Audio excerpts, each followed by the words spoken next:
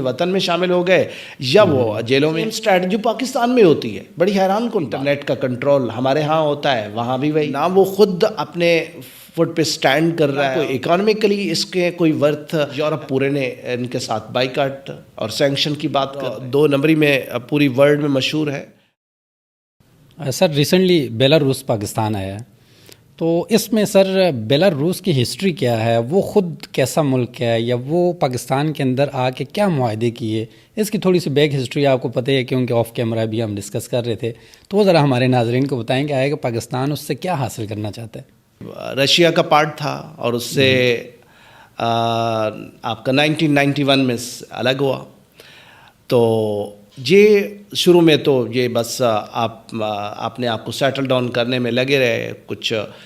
اور یہ جو ابھی الیگزینڈر صاحب ہیں, یہ جو انہوں نے جو ہمارے پاس ابھی تشریف لائے ہوئے ہیں, تو ان کا جو ہسٹوریکل بیک گراؤنڈ یا جو میں نے اسٹڈی کیا ہے وہ بڑا سمپل سا ہے. یہ 1994 سے بیلاروس کے اوپر قابض ہے اور ابھی تک چل رہے ہیں.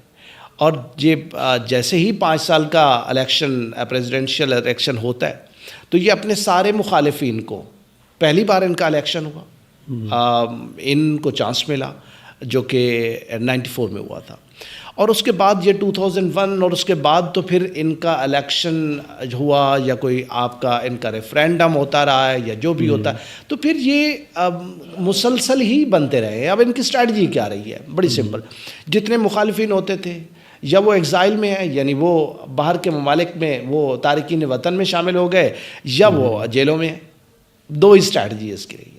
اور ان کی ترقی کی بات کریں تو کسی بھی لحاظ سے اس کی بہاف پہ یہ جو ریسنٹ ان کا یہ جو ابھی لاسٹ ٹائم یہ بنا ہے 2020 میں, تو اس کا بھی یہی تھا کہ اب وہاں پہ جو ان کے مخالف تھا اس کو اس نے جیل میں ڈلوا دیا, اور 3 تھے, تینوں کو اس نے سائڈ لائن کیا. اور پھر ان کی جو 3rd ون تھا بندہ, اس کی بیگم وہ الیکشن کے لیے کھڑی ہوئی. پھر وہ اس کی جو اس کو بھی اس نے تھریٹ کیا, اور پھر اس نے سیم اسٹریٹجی پاکستان میں ہوتی ہے. بڑی حیران کن بات ہے. کہہ سکتے ہیں کہ بیلاروس اور پاکستان ہے کہ تھالی کے 2 ساتھی ہیں. یہ تو یورپ کا پاکستان سمجھو کہ وہاں پہ ایسا ہوا کہ جو مطلب انٹرنیٹ بند ہے, باقی آپ کے سروس بند ہے, کوئی پتہ نہیں ہے. وہ بندہ ہارنے والا تھا. ان کے اپنے جو کام کرنے آفس میں کام کرنے والے لوگ ریزائن پٹ کر کے ان کے اگینسٹ کھڑے ہو گئے. انہوں نے احتجاج کرنا, ان کے پاس تو پروپیگنڈا مہم کرنے کے لیے لوگ نہیں تھے, وہ رشیا سے بلانے پڑے. لیکن اس کے باوجود وہ راتوں رات وہ 70% کے ساتھ وہ برتری سے وہ جیت جاتا ہے.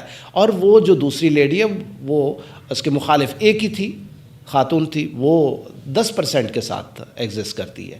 تو کہنے کا مقصد یہ ہے کہ یہ اس طرح کی جب اپنا ایب نارملٹیز ہوتی ہیں, ریگنگ ہوتی ہے, تو پھر وہ نہ تو اسے کوئی الیکشن مانتا ہے. اب اس کی بہاف پہ یورپ پورے نے ان کے ساتھ بائیکاٹ اور سینکشن کی بات کر رہے ہیں. ان کے ساتھ کوئی ان کا ریلیشن نہیں.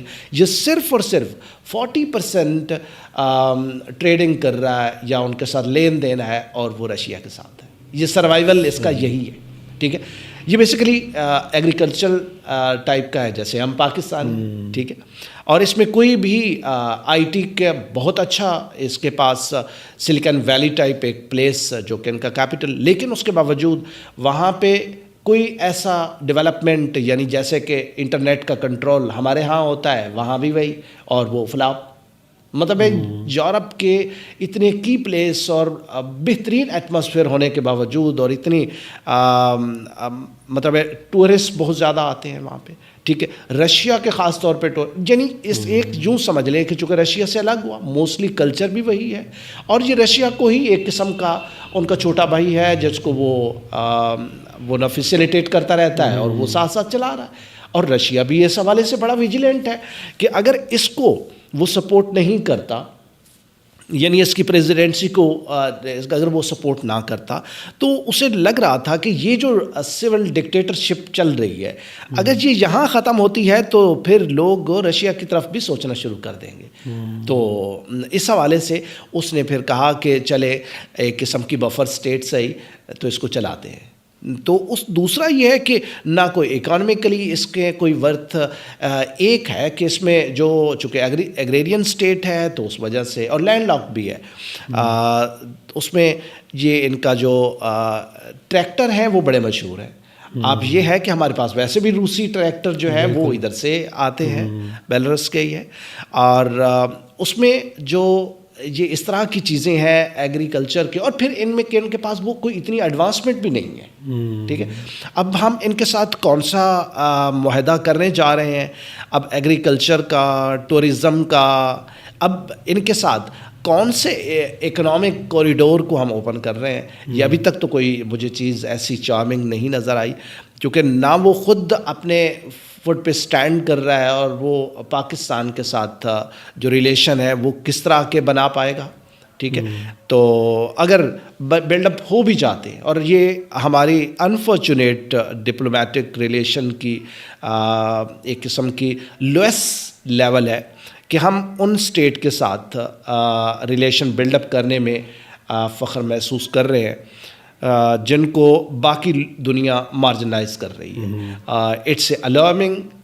اس کا مطلب یہ ہے کہ ہم اپنے مزاج کے ساتھ چل رہے ہیں، اور جب کوئی لیڈر، اب یہی ہے کہ دیر از دا ڈیفیشنسی آف دا لیڈرشپ.